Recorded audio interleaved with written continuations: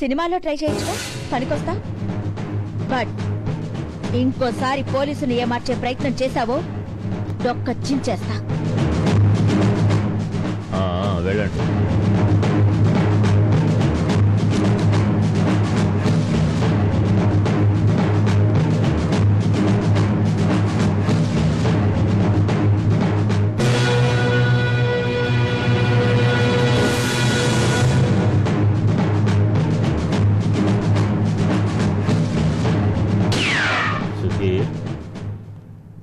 అప్పుడే దీపావళి హడావిడా. మొన్నేగా దీపావళి వెళ్ళింది. అది సుధీర్,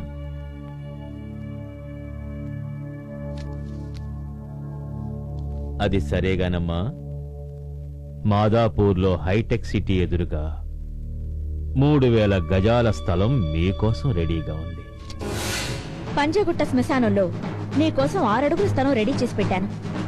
ఎందుకంటే నువ్వు చేసిన నేరాలకి నీకు ఉరిశిక్ష పడుతుంది కనుక. యామరే? ఏంటమ్మా, ఎవరితో మాట్లాడుతున్నావో తెలుసా? తెలుసు. Mister Anand Raj, underworld don. Underworld డానా? నీ దగ్గర సాక్ష్యాధారాలున్నాయా? ఆధారాలు సంపాదించిన నాడు నిన్ను అరెస్ట్ చేయడానికి వస్తా. నువ్వు గుండె నొప్పని పడిపోకుండా డాక్టర్ని వెంట పెట్టుకునొస్తా. బెయిలు మీద వెంటనే బయటికి రాకుండా అన్ని ఏర్పాట్లతో వస్తా. సిద్ధంగా ఉండు. ఇదో కరోడాలా ఉంది. దీని కొమ్ములు విరవాలంటే మా తమ్ముడు రావలసిందే. బాగుందిరా. పాట బాగుందా? పాప బాగుందిరా. పాప సూపర్ రా. కాదురా, పాట సూపర్ రా. పండ్రా, పాప లేకుండా పాటకే మజారా.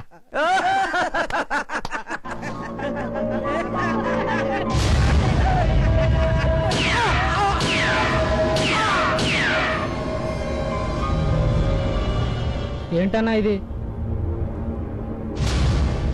చంపేశా.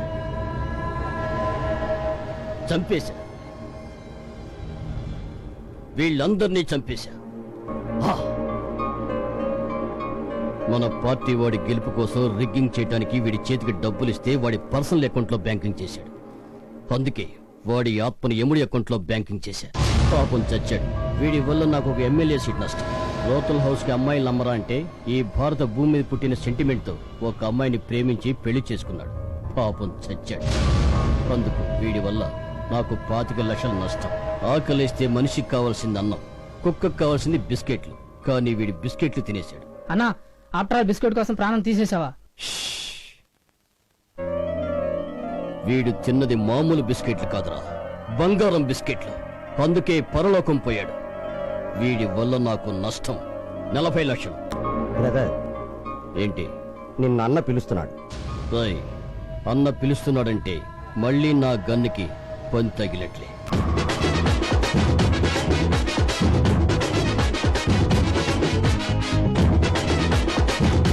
ఏంటి బ్యాండ్ మేళాలు? నా బామ్మడిదే.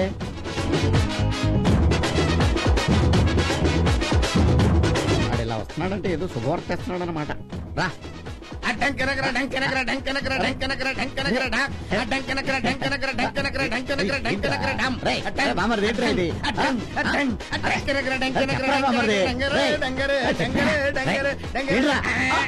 ఏంట్రా ఇది?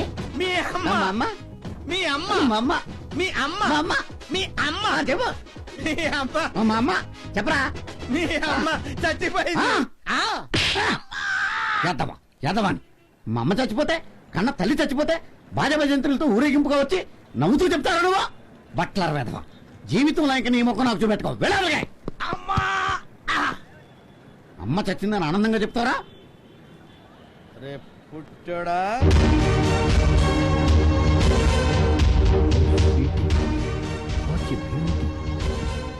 Good evening sir. Ramya, welcome. నా ముద్దుల తమ్ముడు హేమంత్. Meet my brother.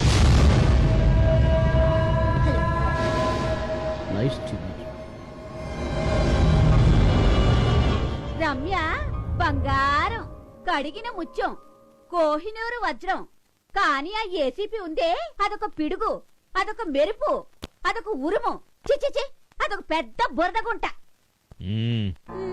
ఆ ఏసీపీ నాతో మీకున్న రిలేషన్ గురించి ఇన్ఫర్మేషన్ తీసుకుని ఒక ఫైల్ తయారు చేసింది. అది రేపు కమిషనర్కి ఇస్తుందట.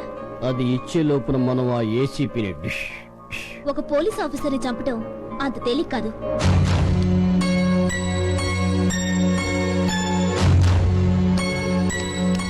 ఇది ఆ ఏసీపీ ఝాన్సీ రేపు ఉదయం 10 గంటలకు ఇక్కడి నుంచి బయలుదేరుతుంది.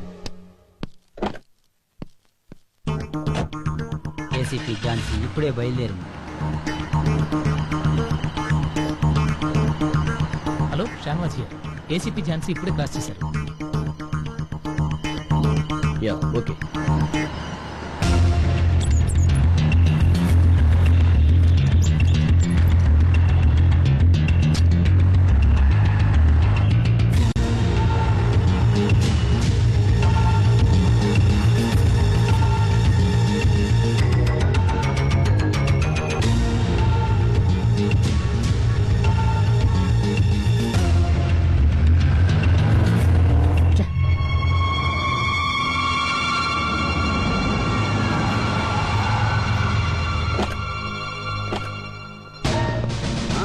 అలాగే చేద్దాం.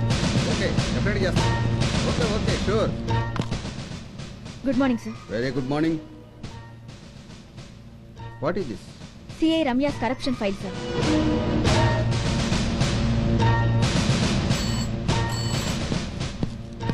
Yes sir. Call the CI Ramya. Okay sir. Good morning sir.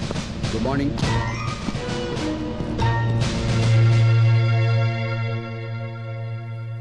నన్ను అవినీతి పరురాలుగా నిరూపించడానికి ఏసీపీ గారు తయారు చేసిన file sir. No sir.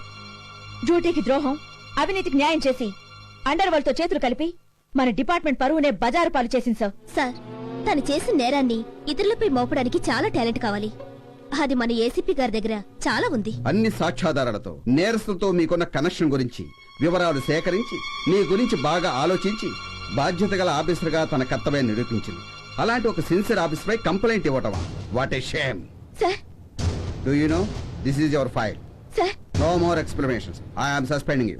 Sir please face the enquiry.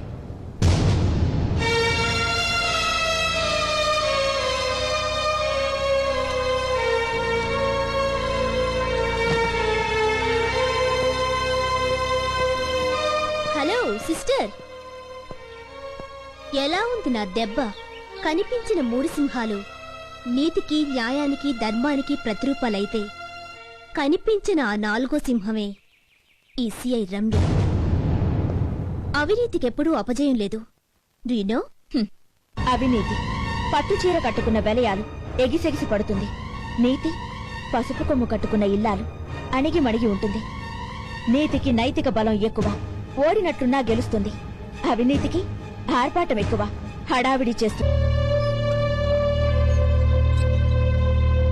Oh officer గారు రండి. డ్యూటీ చేసి చాలా అలసిపోయినట్టున్నారు. భోంచేద్దురు కానీ కూర్చోండి. కూర్చోండి.